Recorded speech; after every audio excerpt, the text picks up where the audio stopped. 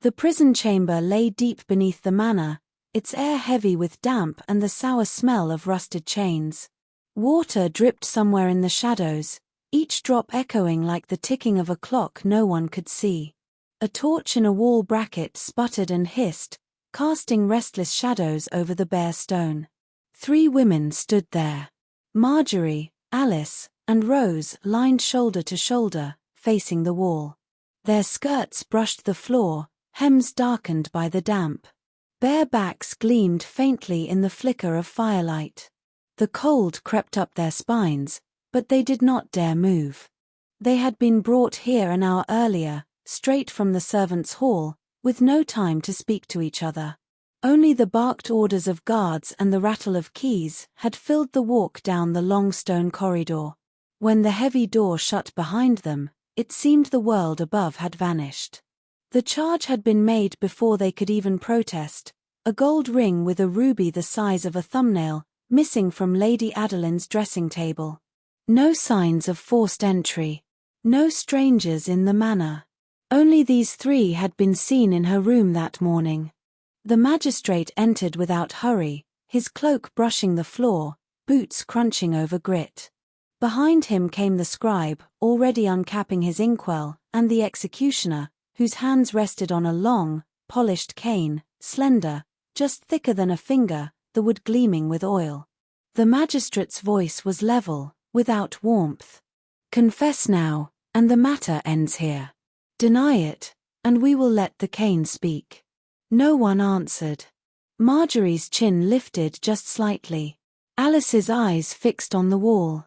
Rose's fingers curled into trembling fists. The executioner stepped forward. Without a word, he took his place behind Marjorie, the eldest. He raised the cane. The first stroke cracked through the chamber like splitting wood. Marjorie stiffened, but made no sound. The second followed, then the third, each one cutting sharply. By the 5th, her breath came short, but the executioner stepped away before she could draw it again. He moved to Alice. She flinched before the cane touched her. The first blow made her head jerk, the second drew a gasp. She pressed her palms flat to the wall as though she could sink into it. 5 strokes, no more, then he stepped away. Rose was last. She was the youngest, with hair pale as wheat, eyes wide with fear. The first blow made her cry out in surprise. By the 3rd, her breath had quickened into sobs.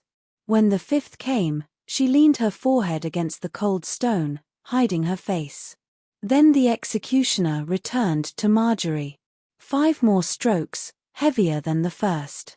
The sound of wood on skin echoed sharply, each crack drawing a faint grunt from her. Then to Alice again, her voice breaking into muffled whimpers before the 4th landed. And then Rose, her sobs now uncontrolled, her shoulders quivering where she stood. The 3rd round began, and the air grew thick with the sound of breath, the hiss of the cane, and the sharp smack of each strike.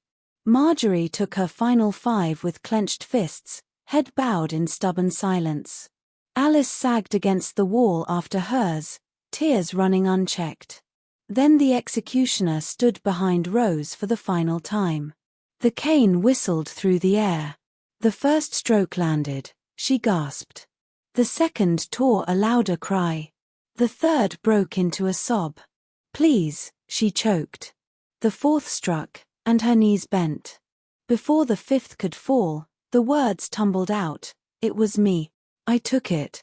Her voice shook so hard it was nearly a scream. "The ring, it's in my bedding, wrapped in cloth. I meant to return it, but I—" She broke off, breathless. The magistrate gave a single nod. "Enough." The executioner lowered the cane. The scribe dipped his quill, recording the confession. 2 guards stepped forward, seizing Rose by the arms. As they led her away, Marjorie and Alice turned slightly from the wall. Their faces were flushed, eyes wet, but neither spoke. The magistrate regarded them without sympathy. "You are dismissed. Return to your duties." No apology. No acknowledgement of their innocence. Just the cold reality that their pain was now part of the day's work. Upstairs, Lady Adeline would wear her ruby ring again as if nothing had happened. Down here, the walls would remember the sound of the cane long after the torch guttered out. That was life in the manor. And in the late medieval world, truth was never free.